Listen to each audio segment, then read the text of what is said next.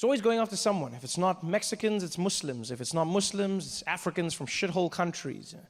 And that one was my favorite personally, because I am an African and I've shat in a hole. I also liked it because like people came up to me and asked me questions. There was one man who came up to me after a show, really concerned. He was like, "Trevor, hey, can I ask you a question?" I said, "Yeah, go ahead, my friend." He said, "Hey, Trevor, I just wanted to know when Donald Trump says all these horribly racist things, do you sometimes just want to, pack it up, leave America, go back to South Africa and escape all this racism?"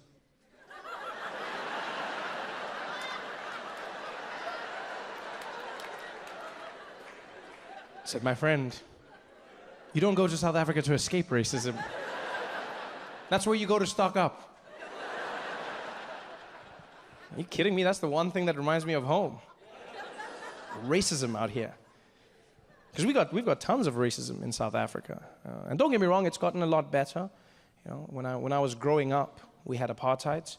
And, apartheid was basically the best racism in the world. Sorry, I didn't mean to say that. I mean, now you're going to feel bad and be like, "Oh, racism was the best." No, it wasn't. It was good, but not the best.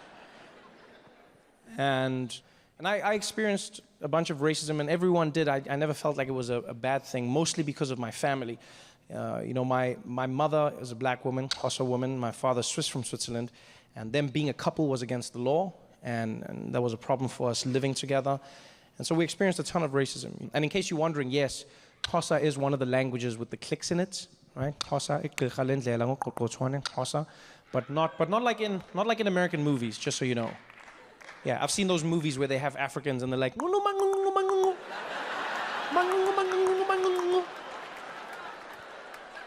that's not a language.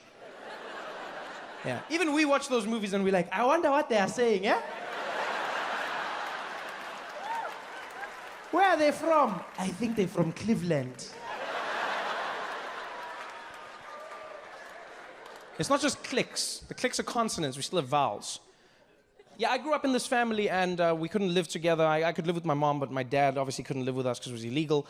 And people would be racist to us all the time. But I was really lucky growing up because my mom is probably the most gangster human being you'll ever meet in your life. Right? Nothing got to her. Nothing fazed her. And I remember one day in particular, we were walking through the streets together, and some guy across the road shouted something really mean at us. And I was about 4 or 5 years old.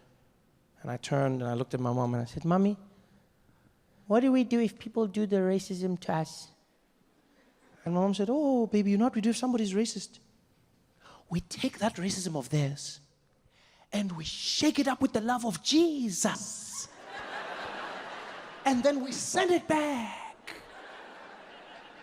And I was like, "What?" And I was like, "This lady's crazy."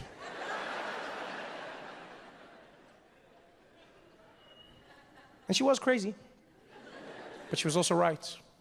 Yeah. I didn't even realize how right my mother was until decades later, which I feel is what always happens with your parents, right? They're crazy, and then you get to their age and you're like, "Oh, that's what it means."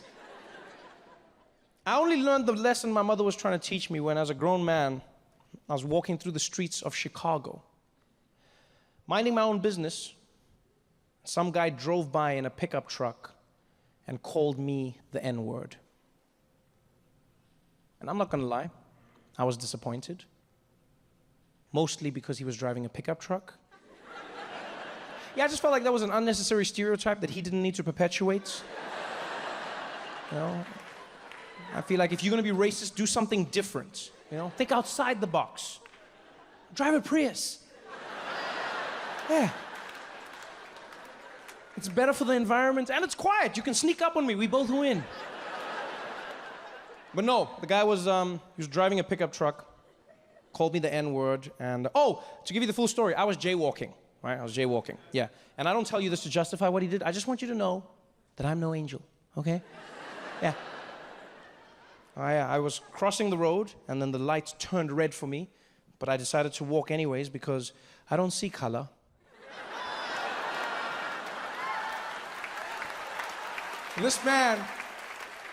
This man was so offended by what I had done that he drove his truck around me, rolled the window down, looked me dead in the eye, and he was like, "Get out of the road, nigger!" Oh, and you could see he wanted to hurt me. We locked eyes, and I could see in that moment he was waiting for me to be like, no.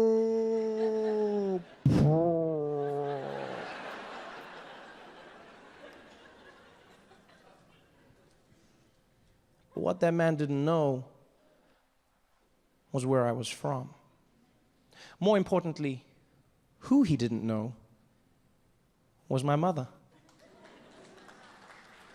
Because he thought it was just going to be a regular racist day. He thought he was going to drive by, throw the N-word out the window, carry on with his life. He didn't realize that that was the son of Patricia stepping into the road. And it happened in a moment, but it lasted a lifetime. Because I didn't even think. He shouted that word, and out of nowhere, my body was like,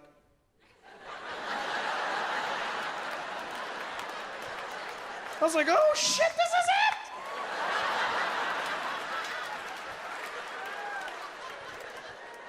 And let me tell you something, LA, it was so beautiful because I didn't plan it, I didn't think about it. All I know is I stepped into the road, he drove his truck around me, rolled the window down, looked me dead in the eye, and he was like, get out of the road, nigger! And I turned and I was like, you my nigga!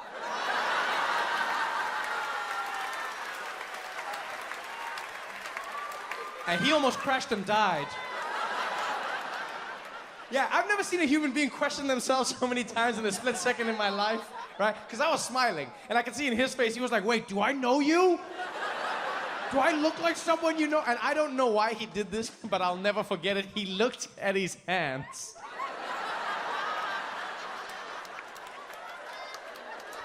He looked at his hands like they'd somehow magically turned black, like I had cursed him with a nigger bomb. I don't even know what he was thinking.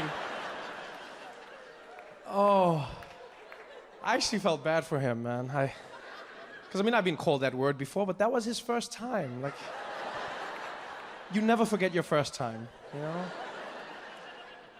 Yeah, but I'm sorry, I'm not gonna what? Is that what he wants? He wants to throw the word at me and then my day is spoiled? Is that how it works? And we'll be like, nigger, and I'm like, I'm a nigger.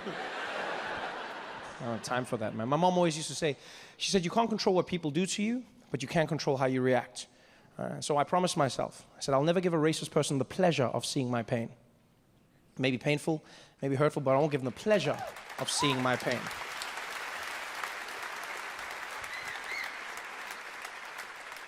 Someone says something racist, I take that racism, shake it up with the love of Jesus, send it right back. And don't get me wrong, it's not always easy. Not everyone can do the same thing. Not everyone should.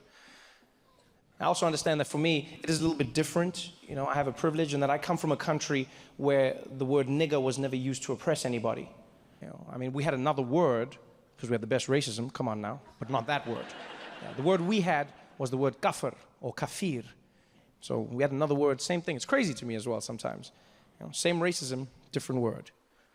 And here it means nothing, right? Kafir, nothing. Yeah, some people are like, is that like a probiotic? Is that what that is? Yeah, probiotic of my pain. Because we don't have that in our supermarkets for obvious reasons. No one warned me in America. I walked down the dairy aisle. I was like, oh, yogurt, ice cream. Ah! This lactose is intolerant.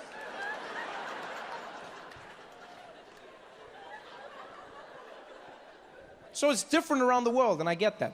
You know, it's a privilege I have in dealing with the N-word. You know, in South Africa, no one was called a nigger. All over Africa, no one was oppressed using that word. So that word has no power. Anywhere you go, nigger, nigger, nigger, nigger, nigger, nothing. You know? Whereas right now, I can feel the tension in this room. I can feel it. Yeah, some people are like, God damn it, what is it, like 7 times? I get it, Trevor. That's my quota for the year, come on. I get it. It actually got me thinking that maybe we could use that discrepancy to help each other out. We'll create a program where you guys send all of your racist people to Africa just once a year. Because Africans will roast the shit out of them. The best part about Africa is you don't even have to wait. You know, you just get off the plane, there's black people everywhere. Just jump straight in, just be like, nigger, nigger, nigger. Yeah, and because Africa is run and owned by black people, they're not afraid of white people there. They'll just be like, ah, Jimbo, he's back, the nigger man. How are you, nigger? God damn it, I keep telling you, you're the nigger, but you're the one who always says it. Ah, nigger man! Yeah, you nigger. Put on some sunscreen before you die, nigga. Let's go party.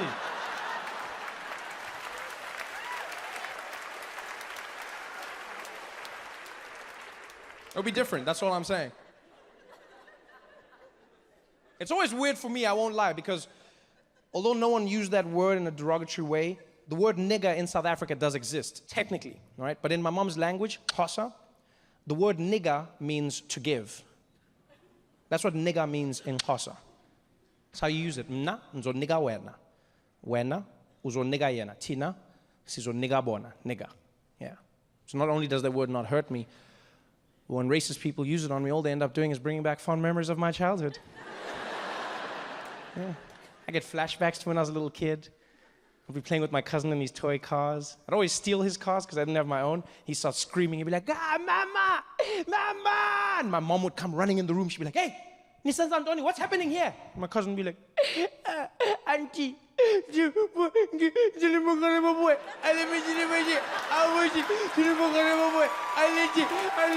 be like, hey. Talk properly, I can't hear you. What happened? Be like, Trevor stole my toys. And my mom would be like, Trevor, did you steal your cousin's toys? I said, no, Mom, I didn't steal, Mom. I promise, I didn't steal. Trevor? When I don't lie to me, did you steal those toys? I said, no, Mom, I didn't steal anything. What happened was his cars were parked illegally, Mom. And so I had to tell them because we can't live in a society without laws. I mean, even me, I'm just a humble civil servant at the end of the day, Mom. Without laws, what we descend into chaos, Mom, if you think about it. That's all that's holding us up. As a civilization, it's the only thing that keeps us be like, hey, don't come here with that smart mouth of yours. Give those toys back. I say, Mom, please, I just want to play with it. Hey, give those toys back. Give those toys. And I'm like, Mom, she'd be like, hey, nigga. Nigga, when I Trevor. Nigga, Trevor. And my cousin would be there like, nigga, please.